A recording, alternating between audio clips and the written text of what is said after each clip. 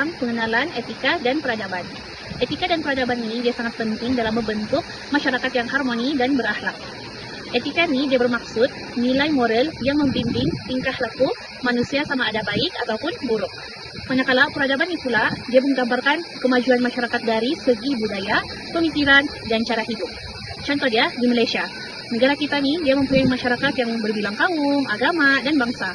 Oleh itu, setiap masyarakat ni dia perlu hidup dalam suasana hormat menghormati antara satu sama lain bagi mengekalkan keharmonian negara.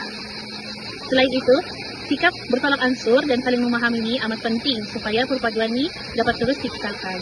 Akhir sekali, etika dan peradaban ini dapat melahirkan masyarakat yang bertanggungjawab serta menghargai kepelbagaian budaya yang terdapat di negara kita ini.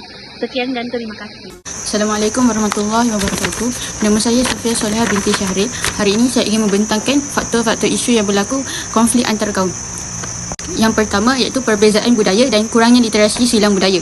Okey, maksud literasi silang budaya ni ialah kurang ilmu kita tentang kaum lain. Okey, seperti mana contoh yang kita dapat tahu isu berkaitan stalking yang terpapar nama Allah. Perkara ni sangat menyentuh isu orang Islam, agama Islam, sebab diorang kaum lain ni tidak mengetahui tentang sensitiviti agama kita. Yang kedua, kurang penghayatan nilai murni. Seperti mana kita tahu nilai murni ni seperti sikap saling menghormati, bertolak ansur, tapi berlakunya konflik antara kaum ni diorang tidak menyerapkan nilai murni dalam diri mereka. Diorang selalu bergaduh dan mengeluarkan kata-kata kesat, tidak mengawal emosi diorang antara kaum. Jadi perkara ini tidak diterapkan sejak daripada kecil lagi akan membuat berlakunya isu pergaduhan antara kaum ini. Yang ketiga, jurang sosioekonomi antara kaum. Contohnya, majikan sekarang hanya memilih orang Melayu saja sebab mereka fasih untuk bekerja dalam berinteraksi dalam bahasa Melayu. Diorang jarang memilih orang luar, orang Cina ataupun orang India sebab diorang kurang fasih dalam berbahasa Melayu. Jadi dekat sini nampaklah jurang di situ. Dan juga pembahagian, contoh lain pembahagian harta. Cina dapat banyak, India dapat sikit, Melayu dapat sederhana. Macam tu contohnya. Yang keempat, kelemahan institusi keluarga dalam menerapkan nilai perpaduan. Seperti yang kita tahu, ibu bapa adalah keluarga yang perlu terapkan anak untuk nilai perpaduan ini. Dia adalah tunjang utama kita lah dalam menerapkan nilai perpaduan. Contohnya ada isu yang ibu bapa tidak mahu anak berinteraksi dengan kaum lain kerana rasis dan sehingga menimbulkan kebencian apabila mereka berinteraksi. Sebab apa? Sebab mak ayah diorang tidak menerapkan nilai perpaduan daripada kecil.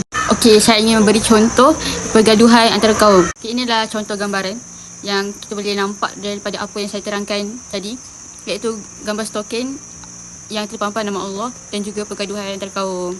Jadi semoga kalian faham apa yang saya sampaikan. Saya sarankan kepada rakan saya untuk menyambung perbincangan ini. Bismillahirrahmanirrahim. Assalamualaikum warahmatullahi wabarakatuh. Nama saya Nurin Hadirah binti Rozaimi. Hari ini saya akan terangkan langkah-langkah untuk mengatasi isu konflik antara kaum. Yang pertama, kita hendaklah mengamalkan sikap hormat menghormati antara kaum. Contohnya ialah menghormati amalan dan kepercayaan agama kaum lain, dan yang seterusnya ialah tidak menghina budaya, bahasa atau adat rasam kaum lain. Yang kedua ialah memupuk nilai toleransi dan kerjasama antara kaum. Contohnya membantu jiran yang berlainan kaum ketika menghadapi kesusahan. Yang seterusnya bekerjasama dalam kerja kumpulan di sekolah tanpa mengira kaum. Yang ketiga ialah mengadakan aktiviti perpaduan masyarakat. Contohnya menganjurkan gotong royong di kawasan perumahan ataupun mengadakan sambutan perayaan secara bersama-sama. Akhir sekali ialah mematuhi undang-undang peraturan negara. Contohnya tidak menyebarkan berita palsu atau kenyataan yang boleh menimbulkan perkauman. Contohnya isu-isu yang melibatkan kaum agama ataupun menghina agama yang boleh menyebabkan punca konflik pergaduhan yang sangat teruk. Yang seterusnya ialah mematuhi undang-undang yang melarang hasutan dan diskriminasi kaum. Iaitu kita dilarang untuk membuat sebarang pergaduhan, contohnya hasutan seperti fitnah ataupun perkara-perkara yang membuat mereka rasa resis. Saya akan terangkan kesan isu dan konflik antara kaum. Yang pertama, kesan terhadap perpaduan masyarakat. Kesan ini boleh melemahkan perpaduan masyarakat kerana wujud sikap tidak percaya, prasangka dan perasaan negatif antara satu sama lain. Hal ini boleh menyebabkan hubungan masyarakat menjadi renggang kerana mudah bergaul dalam kelompok sendiri sahaja. Apabila interaksi antara kaum berkurang, semangat perpaduan yang sepatutnya menjadi asas keharmonian negara akan menjadi terhakis. Seterusnya, kesan pembangunan ekonomi negara. Ini juga boleh menjejaskan pembangunan ekonomi negara kerana wujud keadaan tidak stabil dan mengganggu perniagaan dan pelaburan. Apabila berlaku ketegangan dalam masyarakat, pelabur asing akan hilang keyakinan untuk melabur di negara tersebut.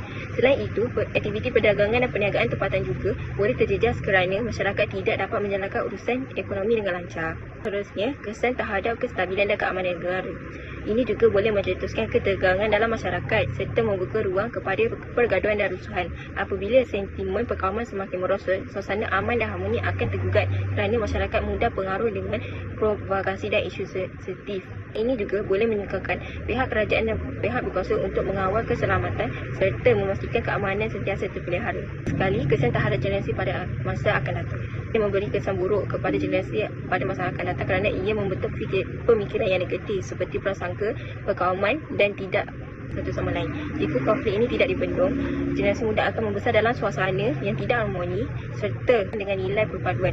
Hal ini boleh menyebabkan mereka sukar untuk bekerjasama dan hidup dalam masyarakat berbilang kaum. Akhirnya, ia boleh menghalang pembentukan generasi yang bersatu padu, berfikiran terbuka, menghargai kepelbagaian budaya.